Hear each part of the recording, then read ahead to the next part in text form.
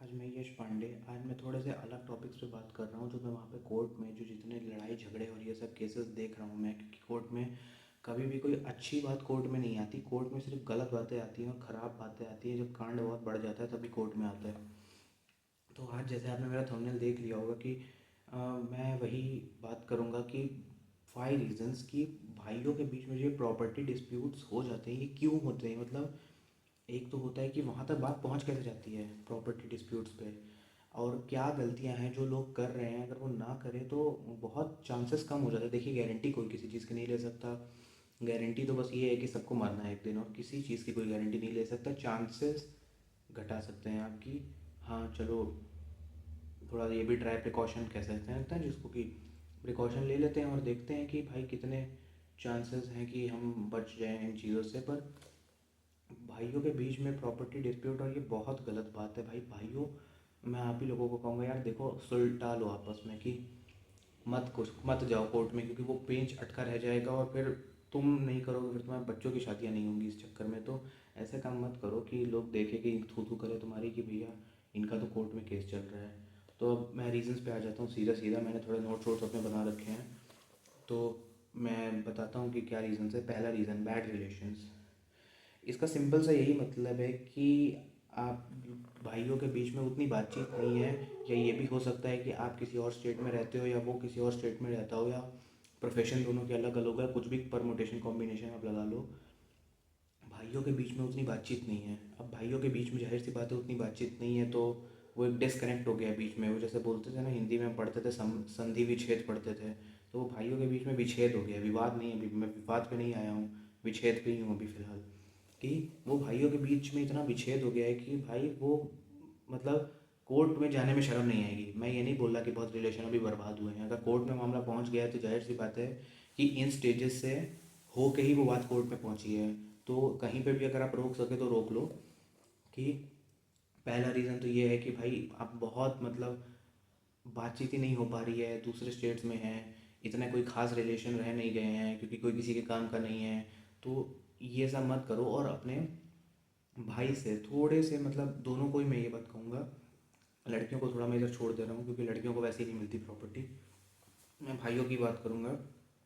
तो आप बना के रखिए अपने भाइयों से, क्योंकि कल को आपको जो प्रॉपर्टी का और जो भी आपको मिलना है वो आपके भाई के द्वारा ही उधर भांचड़ा पड़ना है। तो आप अपने भाई से बना के रखिए, और मत दूरियां लाइए अपने रिलेशनशिप्स में, क्योंकि उसका खामियाजा फिर आप भी भुगतेंगे, फिर आपके स्पाउसेस भी भुगतेंगे, और फिर आपकी आने वाली जनरेशन्स भी भुगतेंगी। और अगर एक लेवल के बाद लड़ाई बहुत ज़्यादा हो जाएगी तो आने वाली जनरेशन्स तो कोर्ट में आके नहीं लड़ेंगी, उनको अपनी लाइफ में मूव ऑन करना पड़ जाएगा। और वो जो प्रॉपर्टी थी ना वो किसी को नहीं मिलेगी, ना तेरी ना मेरी। तो वो बस कुछ और ही हो जाएगा आपके पास। वो प्रॉपर्टी मिलनी नहीं है आपको, क्योंकि वो विवादित ही रह जाएगी।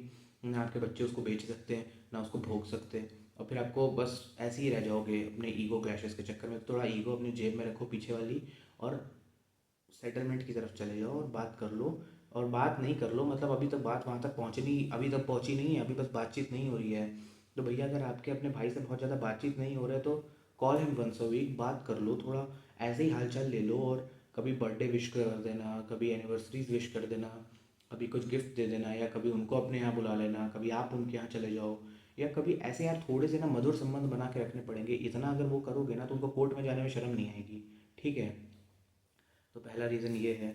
अब दूसरा रीज़न है सक्सेस बिटवीन ब्रदर्स। अब सक्सेस बिटवीन ब्रदर, देखो सक्सेस ना वो नहीं होती एकदम एब्सोल्यूट टाइप की, ये ये फेलियर है तो ये सक्सेस नहीं। दोनों भाइयों के बीच में कंपैरिजन, और कंपैरिजन भी ये हो सकता है कि एक भाई है वो थोड़ा कम सक्सेसफुल है और दूसरा भाई है वो बहुत ज़्यादा सक्सेसफुल है। तो ये जो गैप है ना बीच में है, तो ये हो सकता है कि जो कम सक्सेसफुल भाई है उसके मन में कुछ जलेस फैक्टर और एनवी फैक्टर का वो कॉकटेल बने, और उसकी नीयत ख़राब हो जाए। वो फिर प्रॉपर्टी पे हाथ मारने की कोशिश करे कि अरे ये इनके पास तो बहुत है, इनको क्या ज़रूरत है प्रॉपर्टी की और ये सब की। उनकी ज़रूरत होती है क्योंकि भैया वो पेरेंट्स की प्रॉपर्टी उन्होंने कब खरीदी थी, और समय के साथ साथ उसके दाम भी बढ़ जाते हैं। तो उन फैक्टर्स को भी यहाँ पर मैं कंसिडर कर रहा हूँ, वो भी मैं समझा दूंगा कि वो क्या है कैसे कभी। कि भाइयों के बीच में बहुत ज़्यादा वो social social economic financial status जो होता है वो बहुत अंतर आ गया है उन चीज़ों का। तो हो सकता है कि आपका भाई अभी ये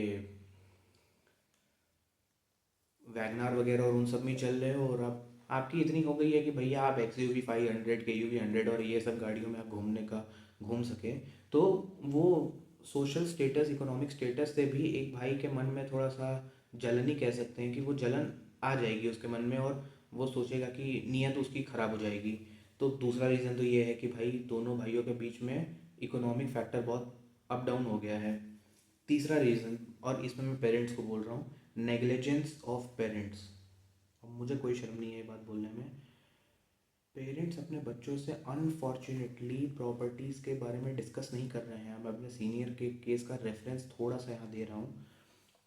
मुझसे हालांकि मैंने बोला था कि मैं थोड़ा सा सर आपके रेफरेंस दे सकता हूँ, तो उन्होंने मेरे को अलाउ कर दिया था कि ठीक है तुम रेफरेंस दे दो, और लेकिन एक बार बता देना कि क्या दिया है तुमने। तो मैं एक बार उनको कंसल्ट करके ये वीडियो अपलोड करूँगा कि ये जो पेरेंट्स हैं वो अपनी प्रॉपर्टीज़ को डिस्कस नहीं कर रहे हैं अपने बच्चों से, बातचीत नहीं हो रही है प्रॉपर्टीज़ को लेके, और बच्चों के भी मन में शर्मा शर्मी है कि हमने माँ बाप से प्रॉपर्टी की बात कैसे करें। और ये हो रहा है क्योंकि माँ बाप भी हैं, वो प्रॉपर्टीज़ की बात नहीं हो रही है, कुछ भी नहीं हो रही है, तो जो उनकी, जिसे हम एक हिंदी में एक शब्द बोलते हैं खसरा खतौनी, वो जो भी उनकी विल होती है वो ठीक से ट्रांसफ़र नहीं हो रही है। वो ठीक से ट्रांसफ़र क्यों नहीं हो रही है? क्योंकि जो पेपर वर्क होता है जो काम का, प्रॉपर्टीज़ का, इन सब चीज़ों का, वो मतलब पेरेंट्स ठीक से बना कर नहीं गए हैं। वो तो चले गए, अब वो प्रॉपर्टी के पेपर्स ठीक से नहीं बने हैं। अब वो ठीक से नहीं बने हैं तो वो प्रॉपर्टी पे डिस्प्यूट हो जाता है। अब वो डिस्प्यूट कैसे होता है वो मैं चौथे पॉइंट में भी डिस्कस करूँगा। तो मैं पेरेंट्स को बोल रहा हूँ कि प्लीज़ आप कुछ भी अप डाउन नहीं करें, 50-50 बराबर अपने बच्चों में बांट के चले जाएं। क्योंकि आप जब चले जाएंगे ना और देखेंगे कि आपके बच्चे ऐसे लड़ रहे हैं, जब आत्मा में आपके ऊपर भटक रही होगी, तो आपको अपने ऊपर बहुत मन करेगा कि थूक दूँ अपने आप पे। तो मत ऐसा काम करो, और अपने बच्चों पे थोड़ी सी रहम खा लो और दे दो उनको, खुशी खुशी दे दो, ताकि आपकी समाज में मिट्टी पलीत ना हो कि भैया ये तो भाई भाई आपस में कोर्ट केस कर रखे हैं। और अपनी विल को थोड़ा अच्छे से बनाएं, एक अच्छे ठीक ठाक लॉयर से दोस्ती रखें, वो आपकी विल अच्छे से बनाएगा। और थोड़ा सा यार अपने बच्चों को ना प्रॉपर्टी डिस्कस करें, क्योंकि आप बिल्कुल डिस्कस नहीं करेंगे ना, तो जब एकदम अचानक से उनको आपका माल मिलेगा ना, तो उनको समझ नहीं आएगा उस प्रॉपर्टी के साथ क्या करना है। तो ये था तीसरा पॉइंट कि पेरेंट्स अपनी प्रॉपर्टी के पेपर्स ठीक से नहीं बनाते। अब प्रॉपर्टी के पेपर ठीक से नहीं बनाते तो मतलब बच्चों का नाम उसमें नहीं है। अब चौथा रीज़न यहीं से आता है कि बच्चों के जब विल आप ठीक से नहीं लिखेंगे तो एक भाई की नीयत भी खराब हो सकती है। अब ये वही चीज़ आ जाती है कि भैया आपने प्रॉपर्टी के पेपर अपने ठीक से नहीं लिखे। अब तीसरे पॉइंट से लिंक कर रहा हूँ इस चीज़ को कि आपने प्रॉपर्टी के पेपर अपने ठीक से लिखे नहीं, काम हम ठीक से, उसका जो कहते हैं ना कि लिखाई पढ़ाई ठीक से हुई नहीं। अब लिखाई पढ़ाई ठीक से नहीं हुई तो जो वो भाई है उसकी नीयत ख़राब हो गई। तो वो अपने आप में मन में ही कुछ बना लेगा कि मेरा भाई तो इतना सक्सेसफुल है, इसको क्या ज़रूरत है, मेरे को ज़रूरत है, मेरे को चाहिए, और ऐसा कुछ बना लेगा फालतू का।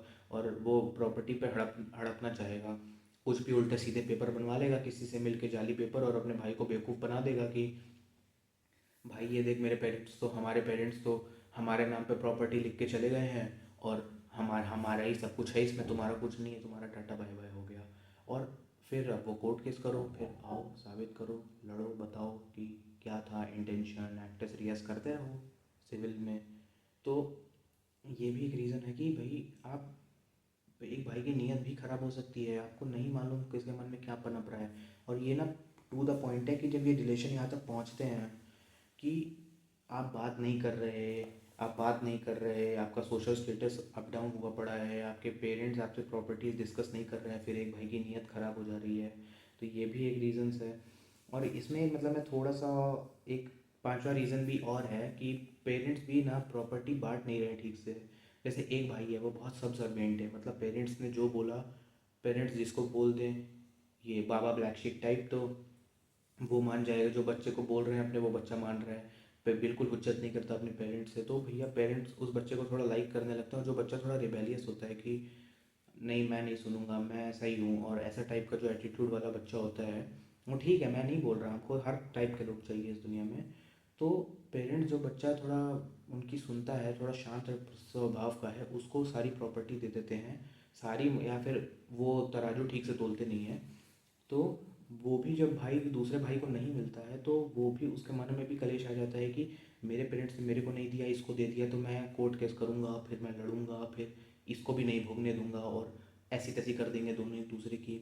तो मैं यहाँ पे भी पेरेंट्स को ही बोल रहा हूँ फिफ्थ पॉइंट में कि आप अपनी प्रॉपर्टी बराबर बांटें। आप इधर उधर नहीं करें कि ये मेरा बच्चा अच्छा है ये ख़राब है। आपको 50-50 बांटना है, क्योंकि 1% भी इधर उधर होने पे भाइयों के बीच में आज के टाइम में ये हाल हो रखा है कि वो आने में शर्म नहीं आएगी उनको। अगर आपके ये जो इन पॉइंट्स जो मैंने लिखे हैं ना, ये पता नहीं दिख रहे हैं इस पर कि नहीं, अगर ये यहाँ तक अगर बात पहुँच रही है ना, सिंपल सी बात है, देख लो, अगर यहाँ तक बात पहुँच गई है तो वो ख़त्म है फिर आपका वो फैमिली रिलेशन, फैमिली स्ट्रक्चर और ये सब।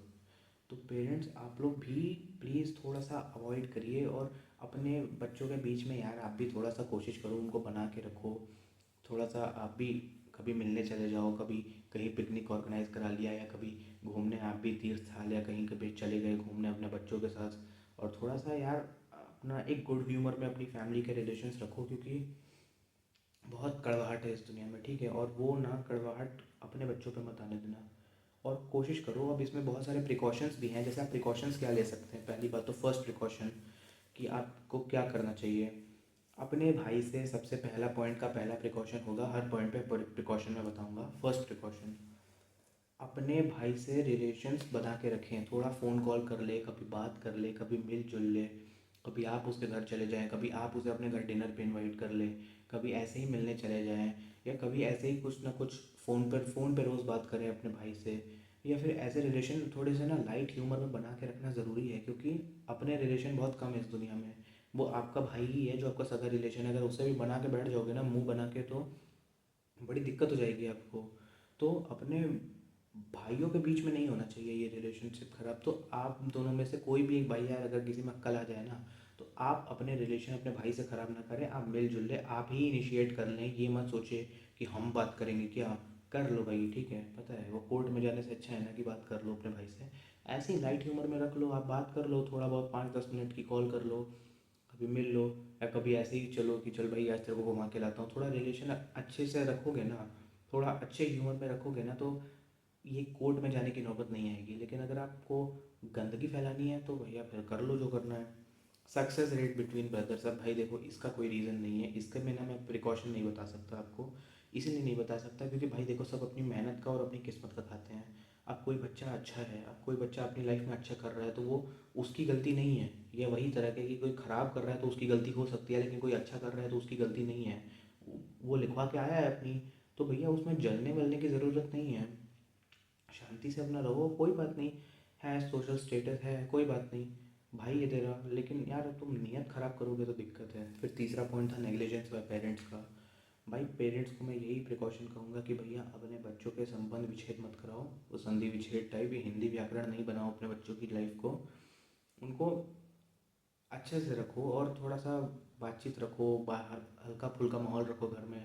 और टेंशन मत लो, ठीक है, पता है ये विचलित करने वाले काम है, पर अगर आप मिलेंगे जुलेंगे, थोड़ा बहुत बातचीत होगी, थोड़ा बहुत खेलना कूदना होगा, थोड़ा मिलना जुलना होगा, या अगर थोड़े अच्छे और रिलेशन रहेंगे ना फैमिली के, तो कोर्ट में बात नहीं पहुंचेगी। मैं नहीं बोल रहा प्रॉपर्टी डिस्प्यूट अराइज नहीं हो सकते, लेकिन यार वो पता है वो भाई फिर ना आर्बिट्रेशन की तरफ जाएंगे। आर्बिट्रेशन मतलब सेटलमेंट की तरफ जाएंगे, और फिर ऐसे में ही बात निपट जाएगी। आपको कोर्ट में नहीं जाएंगे वो बच्चे की वकील कर रहे हैं, फिर वो माय लॉर्ड वाला माहौल आपको नहीं आएगा। कोर्ट के बाहर निपटारा करने की कोशिश की जाएगी। फिर चौथा पॉइंट है रॉन्ग इंटेंशन। इसमें मैं कुछ नहीं कर सकता भाई। अगर किसी भाई की नीयत ख़राब हो गई है ना, तो उसका कोई रीज़न नहीं है भाई। देखो अगर कोई अगर मीडिएशन कराने जा रहा है, आर्बिट्रेटर के पास जा रहा है कि चलो भैया सेटलमेंट कराओ, तो 50% आप वहीं बात जीत गए हैं कि भैया कि दोनों पार्टी की नीयत तो है कम से कम कि वो सेटलमेंट कराना चाहते हैं। लेकिन भाई अगर कोई सेटलमेंट कराना ही नहीं चाहता, वो चाहता है ही है कि मेरे को आँख करनी है सामने वाले अपने भाई की और इसकी, तो भाई इसका कुछ नहीं कर सकता। अगर किसी की नीयत ख़राब ही हो जाए ना, प्लस माइनस मिलके माइनस ही होता है, तो माइनस ही हो साले। फिर तुम अगर तुम्हारी नीयत ख़राब है तो नीयत मत ख़राब करो, थोड़ा नॉर्मल रहो और शांति से बैठो। और कोशिश करो कि भैया 50-50 निपट जाओ मामला शांति से। आपस में बैठ के भाई भाई बात करें। कोर्टों में जाके कोई फ़ायदा नहीं है भाई, ठीक है। वकील भी बोलते हैं कि भैया कोर्ट के बाहर ही सेटलमेंट करा लो, छोड़ो कोर्ट में मत जाओ। और वकालत मतलब सिर्फ ये नहीं होता है कि जो कोर्ट के अंदर काला गाउन लगा के लड़ता है वही वकील है। भैया जो बाहर भी सेटलमेंट करा देना वो भी वकील है, ठीक है। तो हमेशा ना वो कोर्ट में जाके सारा फुड़वाना ज़रूरी नहीं है। और पांचवा रीज़न है कि अब you are a rebellious child. अब भाई ठीक है, मैं मानता हूँ कि हर इंसान का थोड़ा नेचर अपना अलग अलग होता है। मैं बोल रहा हूँ कि अपने रिबेलियस दिखाओ पर अपने माँ बाप से थोड़े से संबंध रखो, मिलना जुलना रखो आप भी। और एकदम ना हर बात पे, जैसे बहुतों की आदत होती है कि नहीं मैं नहीं करूँगा, मैं ऐसे नहीं करूँगा, मैं वैसे नहीं, थोड़ा सा सुन लिया जाता है, ठीक है। अब एकदम से आप किसी की बात नहीं मानोगे ना, हर बात पे आपके विच्छेद करोगे ना, तो वो आपकी एसआईपी चल रही है, वो एक बार में ना वो फिर इंटरेस्ट के साथ आपको मिलेगा, फिर आपको लगेगा कि अरे यार मैंने क्या कर दिया, ओ शिट, फिर वो रोने लगोगे आप लाइफ में अपनी। तो थोड़ा सा अपने माँ बाप से भी रिलेशन रखो, थोड़े अच्छे रखो, सबसे अच्छे रखो। और कोई संबंध विच्छेद मत कराओ, ठीक है। हिंदी व्याकरण मत बनाओ अपनी लाइफ को। और प्यार से अगर रहोगे, शांति से रहोगे, गुड ह्यूमर में रखोगे अपनी लाइफ को, तो निभ जाएगी। लेकिन भैया अगर ये सब करना है, ये सब करना है तो कर लो भाई, ठीक है। तो अपना आप शांति से रखें, आप लोग सुखी से रहें। और भाई भाई ना यार, पता है वही एक आपके खून का रिश्ता है। और अगर वो भी छिन गया ना आपसे तो बहुत मतलब रिलेशन आपको समझ नहीं आया कि आपको रिलेशनशिप निभानी कैसे थी।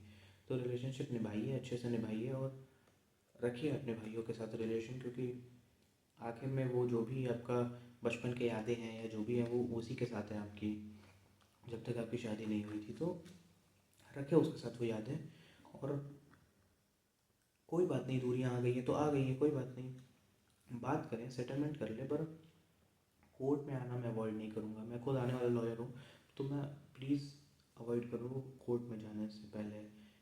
बहुत कोशिश कर लो, अगर किसी भाई की बहुत नीयत ख़राब हो गई है तो मैं उधर की बात नहीं कर रहा हूँ, लेकिन अगर एक भी भाई की अगर नीयत अगर अच्छी है ना कि चलो भैया सेटलमेंट कर लेते तो कर लो भैया, ठीक है। मत आओ कोर्ट में, बहुत ऐसी बहुत केसेस पेंडिंग है। और जजेस भी बार बार यही बोलेंगे कि सेटलमेंट करा लो, सेटलमेंट करा लो, क्योंकि फिर जब सरकार बांटती है जन ज़मीन को तो बस वो चरस है, क्योंकि सरकारी काम तो जानते हैं भाई सब, ठीक है। तो मत करो, कोर्ट में मत आओ और कर लो सेटलमेंट। अगर बात चल रही है, अगर एक भाई भी रेडी हो जा रहा है, बहुत है भाई, ठीक है कर लो, क्योंकि कोई फ़ायदा नहीं है, कोई नहीं जीतेगा इसमें आखिर में। वो इतना जूस निकल जाएगा ना आपको, आपको समझ ही नहीं आएगा क्या हो गया आपके साथ। तो सेटलमेंट कर लो, मैं बार बार यही बोलूँगा, please settle, go for the settlement, don't go for the litigation. Very simple. Thank you.